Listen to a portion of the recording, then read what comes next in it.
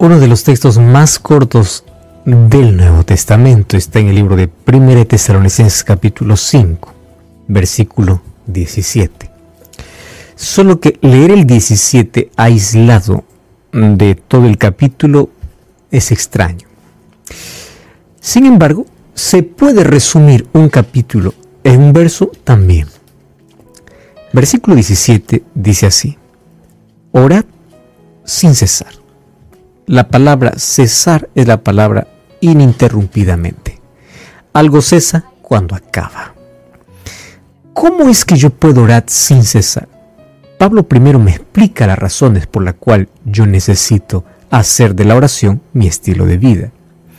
Para ello tengo que leer el versículo 16 y el versículo 18, 19, 20 y 21. Desde el versículo 16, Pablo comienza a mostrarme las razones por las cuales necesito tener una vida de devoción. Y yo estoy leyendo a partir del 16, pero la verdad necesitamos leer todo el capítulo. Y el capítulo 5 de 1 Tesalonicenses habla sobre cómo los cristianos se preparan para la venida de Jesús. Los consejos finales de la carta son interesantes porque coloca Pablo con ruego lo que todo creyente necesita hacer. Solamente para que podamos tener idea, el versículo 14 habla sobre cómo nosotros necesitamos exhortarnos, cómo necesitamos someternos, consolar a los desanimados, amparar a aquellos que sufren, no pagar mal por mal. Y allí viene el versículo 16. Cuando tú haces todo eso, entonces vas a tener regocijo siempre. Regocijaos siempre en el Señor. El centro de todo, orad sin cesar. ¿Cómo? Versículo 18. En todo debes dar gracias, porque esta es la voluntad de Dios en Cristo Jesús para con nosotros. Entonces, ¿cómo puedo hacer la voluntad de Dios? Obediencia y gratitud. Esta es la voluntad de Dios. Versículo 19, no apaguéis el espíritu. 20, no despreciéis las profecías. 21, comienza a ver todas las cosas, a retener todo lo bueno. Y finalmente, absteneos de toda obra o de toda forma de mal. Todo esto entra dentro de un contexto principal. La oración hace que yo pueda regocijarme siempre, porque la oración abre mis ojos para ver un panorama mayor de lo que antes tenía una visión limitada. Ahora solamente puedo ver enfermedad, la oración hace ver curación. Donde solamente veo muerte, por medio de la esperanza veo resurrección. Donde veo desempleo, por la fe, ¿qué cosa veo? Provisión. O sea, ¿cómo es que el ser humano, el creyente, no puede vivir una vida de regocijo sin oración? Es imposible, porque la oración lo que hace es limpiar las ventanas de la vida, las ventanas de la fe, los ojos de la fe, nos da otro panorama y nuestro regocijo está en que hay un Dios que está al control de todo. El asunto es el siguiente: ¿cómo yo puedo hacer? ¿Qué es lo que yo puedo hacer para que la oración pueda ser constante? La Biblia está lleno de textos sobre oración. El mayor ejemplo que nos dio sobre oración es Cristo. Sobre oración hay tantos sermones, tantos programas hemos dedicado aquí a hablar sobre oración. Sin embargo, pareciera que esto es tan inagotable y algo tan pequeño puede llevarnos a un análisis tan profundo de la vida por el simple hecho de que no se trata de palabras, se trata de vida. Y aquello que se trata de vida y no de conceptos simplemente es aquello que más nos cuesta. Porque hay tantas cosas buenas que conocemos perfectamente, conceptos etimológicamente, dónde viene, qué hace, qué no hace, mas hacerlo parte de la vida es el mayor desafío. Ahora, orad sin cesar, yo debo entender no como una sugerencia. La oración no es una sugerencia para el cristiano. La oración es un imperativo. No dice, si estás cansado, puede ser que dejes de orar. No dice en algún momento que tengas tiempo. La palabra orad es un imperativo que va sobre cualquier circunstancia o limitación que puedas tener en la vida, porque es algo que todos lo pueden hacer y en todo momento. Entonces, ¿cuál es nuestro problema? en el imperativo. Nosotros hemos entendido mal la oración. Nosotros hemos entendido, ora cuando estás enfermo, ora cuando estás en crisis, ora cuando te falte tiempo o cuando te falte dinero, ora cuando te venga el mal, ora cuando te sientas mal. Eso no es el imperativo. El imperativo es sin cesar. Ese sin cesar es a pesar de las circunstancias, a pesar de lo que estés viviendo, independientemente de tu entorno, es la oración, es un imperativo. Es como el imperativo de buscad primero el reino de Dios. No hay condición para eso. No es sugerencia, es imperativo, es una orden. Busca primero el reino de Dios, punto. Estoy cansado, busca primero. No dormí toda la noche, busca primero. No pude hacer eso, busca primero. Me va mal, busca primero. Me va bien, busca primero. Lo mismo con la oración. Oración, parece que no me responde, ora sin cesar. Dios me respondió, ora sin cesar. Estoy pasando por el peor momento, ora sin cesar. El mejor momento de vida, ora sin cesar. Imperativos no tienen condiciones. Este es un mandato que por ser tan corto y tan pequeño es donde Satanás más ha trabajado en la vida de todo creyente. ¿Tú crees que a Satanás le asusta que una persona vaya a la iglesia? No le asusta. ¿Tú crees que a Satanás le asusta que alguien diga que es creyente? No le asusta, porque demonios también creen y tiemblan. A Satanás no le asusta que tú menciones el nombre de Dios. A Satanás no le asusta que vayas a una iglesia. A Satanás le asusta aquel que al salir de la iglesia, porque en la iglesia todos parecen santos. A Satanás le asusta que al salir de la iglesia tú tengas una vida de oración. Eso sí. Entonces, ¿qué cosa hace el enemigo? Trabaja un solo aspecto de la vida. ¿Cuál es? Hazle un cristiano independiente. Porque cuando Pablo dice, orad sin cesar, lo que está diciendo es, sé un creyente dependiente absolutamente de Dios. No dependas de tu conocimiento, de tu inteligencia, de tus grados, de tu título. Depende de Dios. Eso es orar sin cesar. ¿Dónde trabaja el diablo? Muy bien. Ante la dependencia, hazle independiente. ¿Cómo lo vuelvo independiente? Y esa estrategia que realmente le ha funcionado. El diablo no aleja al creyente de Dios haciendo hacer cosas malas. El diablo puede alejar al creyente de Dios haciéndole hacer cosas buenas sin dependencia. Te voy a hacer aquí un ejemplo. Las cosas que tú hagas son buenas en el sentido de trabajo es bendición, hacer esto, lo bueno es bendición, no sé, todo lo que tú hagas puede ser bendición. Pero si aquello que haces bueno te quita la oración como tu estilo de vida, te separa de tu relación con Dios, las cosas buenas de la vida te hacen pensar que estás bien cuando estás lejos de Dios. Y este es el asunto más peligroso del cristianismo.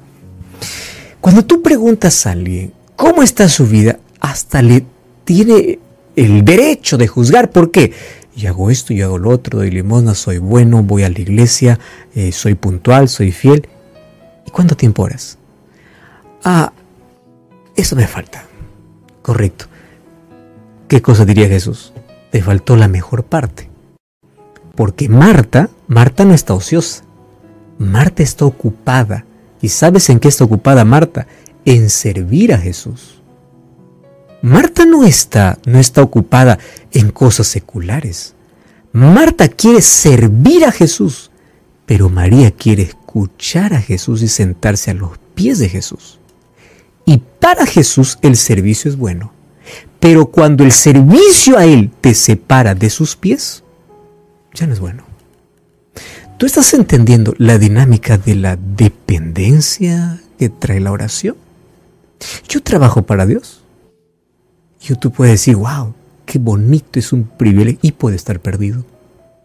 ¿Por qué? Porque puedo ser Marta.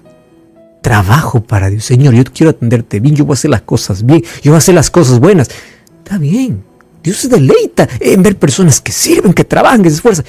Pero si primero no has pasado por estar a sus pies, para hablar con Él, escuchar por Él, no importa lo que hagas. Porque María eligió la mejor parte. ¿Qué mejor parte? Señor, ella no te está sirviendo, pero está a mis pies.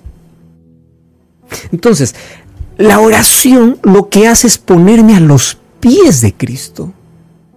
Y cuando yo estoy a los pies de Cristo, estoy capacitado para que al servirle yo pueda tener una vida de devoción, de dependencia. Ahora sí, el servicio a Dios tiene sentido. ¿Tú sabes cuál será la mayor sorpresa en el cielo? Lo he dicho algunas veces. Será encontrar las personas que creíamos que están. Ese está allá. Tan bonito que es. Tan buena gente. Tan bueno, ante la vista humana. Pero sin oración, sin dependencia. Independiente para todo de Dios. Sin mí nada podéis hacer, dice Juan 15:5. Y ese sin mí es orad sin cesar. Quien cesó de orar comenzó a independizarse. Ahora, yo quiero que entiendas por qué es tan importante conocer este asunto de la oración. Porque es por medio de la oración que permitimos que Dios tome el control absoluto de la vida. Sin oración, nuestras decisiones están en base a emociones. ¿Y tú sabes dónde radican nuestras mayores heridas de la vida? A nuestras decisiones aceleradas y sin Dios. Señor, sácame del problema. ¿Por qué no oraste antes del problema? Porque antes era el impulso. Yo sé, yo puedo, yo lo hago. Claro, eso me gusta y punto. Está bien. Después, Señor, sácame. Qué bueno sería, Señor. Antes de meterme en ese asunto, solo tú sabes si esto va a ser problema o no. Y si es problema, aléjalo de mí. Pero nos da miedo. ¿Por qué? Porque nuestras emociones están encima de nuestra oración. Vamos, qué rápido, por impulso, actuamos, esto quiero, esto es bueno. ¿Cómo sabes qué es bueno para mí? Nuestra visión limitada nos lleva a ver solamente lo que está delante de nuestros ojos. Dios ve el cuadro completo. ¿Por qué es que Jesús, aquí es donde siempre me pregunté, Lucas 6, 12 y 13, dice, pasó toda la noche orando para que al día siguiente él dice que nadie sería capaz de llamarlo para nada, para ningún lugar, ningún puesto, ni nada. ¿Para eso oró toda la noche? Sí. Señor, ¿cómo vas a orar para elegir a Pedro? ¿Cómo vas a orar si finalmente vas a elegir un Juan, un Tomás? ¿Cómo vas a orar para eso? Eso hace la oración. La oración hace que tus elecciones al comienzo puedas decir, ¿para esto oré? Pero en el tiempo te vas a dar cuenta que las decisiones hechas con oración, aunque en su comienzo no estaba bajo tu expectativa, en la larga vas a ver cómo Dios siempre tiene la razón. Porque Dios no eligió a alguien del Sanedrín. Porque Dios no eligió a alguien de inteligencia brillante. Y pues no estoy diciendo que Dios no elige a esas personas. Mas ¿por qué Dios no eligió? Porque ninguno de ellos tenía la suficiente humildad como para absolutamente entregarse al Espíritu Santo para que haga su trabajo en la vida. En conclusión o en resumen, ninguno de ellos podría depender tanto de Dios como estos 12 que no tenían de qué depender. Antes de cualquier decisión, oración. Más aún no respondo la pregunta, ¿cómo hago esto? Mi estilo de vida. ¿Cuál es el concepto que tienes de oración? Si tú piensas que orar solamente es estar un momento de rodillas en la presencia de Dios, pues te estás confundiendo con momentos de devoción exclusiva a Dios. Entonces yo tengo mi momento de devoción. En la mañana, al despertar, voy solo, luego con la familia, me arrodillo, oro. Genial. Momento de devoción. Pero la oración va más allá del momento de devoción. La oración se convierte en un estilo de vida cuando educo mi mente para estar en la presencia de Dios. Y esta palabra a mí me encanta. Lo tomé de un libro donde habla acerca de la experiencia de Enoc, eventos de los últimos días, donde habla que Enoc vivió en una generación que tenía la misma desventaja que todo cristiano tiene hoy. ¿Tú crees que Enoc vivió en una generación perfecta donde todos buscaban a Dios? No. Tanto así que toda esa generación tuvo que acabar en el diluvio. Pues generaciones. Y Dios tuvo que poner fin porque era tanta la maldad humana. Andar con Dios no era fácil. Pero me encanta porque allí coloca la expresión. Pero Enoc educó su mente para vivir en la presencia de Dios. Esta palabra, educar la mente, esa es hacer de la oración un estilo de vida. ¿Cómo yo educo mi mente? Para que mis pensamientos en todo momento, fíjate, en el momento de tentación, oro. En el momento de alegría, oro. En el momento de lágrimas, oro. En el momento de soledad, oro. Cuando no sé qué hacer, oro. Cuando sí sé qué hacer, oro. Cuando me va bien, oro. Cuando no me va bien, oro. Mi mente está educada para que independientemente de la circunstancia que me envuelve, pueda estar educada para vivir en la presencia de Dios. Eso resumió la vida de Enoc. Enoc caminó con Dios. ¿Qué significa que no caminó con Dios? Educó su mente para vivir en la presencia de Dios. ¿Cómo lo resume Pablo? Orad sin cesar. No hay descanso. Voy a dormir, duermo con oración. Me despierto, despierto con oración. Voy de viaje, estoy conversando con Dios. Yo puedo seguir haciendo mis cosas, pero estoy hablando con Dios. Antes de firmar un documento, Señor, es correcto. Antes de hacer una compra, antes de ponerme un compromiso, antes de hacer algo, Señor, ¿tú estás guiando esto? Evitamos heridas y hacemos de la oración un estilo de vida. Ahora sí, aquel que está primero a los pies de Cristo puede servirlo como Marta, porque ya aprendió a vivir a los pies de Jesús. No importa qué tipo de servicio demos a Dios cuando estamos lejos de Dios. ¿Sabes cuál es la mayor tragedia? Es que a veces hablamos de Dios y no hablamos con Dios.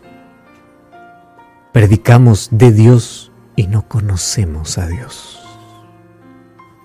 Trabajamos para Dios, pero no pasamos tiempo con Dios. Orad sin cesar. Ora conmigo. Gracias, Señor, por tu palabra. Permite que nuestra mente pueda ser educada para que en todo momento pueda estar siempre conectada a ti. No queremos hacer de la oración momentos de devoción, sino una vida de adoración y de oración, colocando siempre nuestros pensamientos en ti. Ayúdanos para ser siempre dependientes de todo lo que hagamos. Ayúdanos, guíanos y ayúdanos a hacer de la oración nuestro estilo de vida.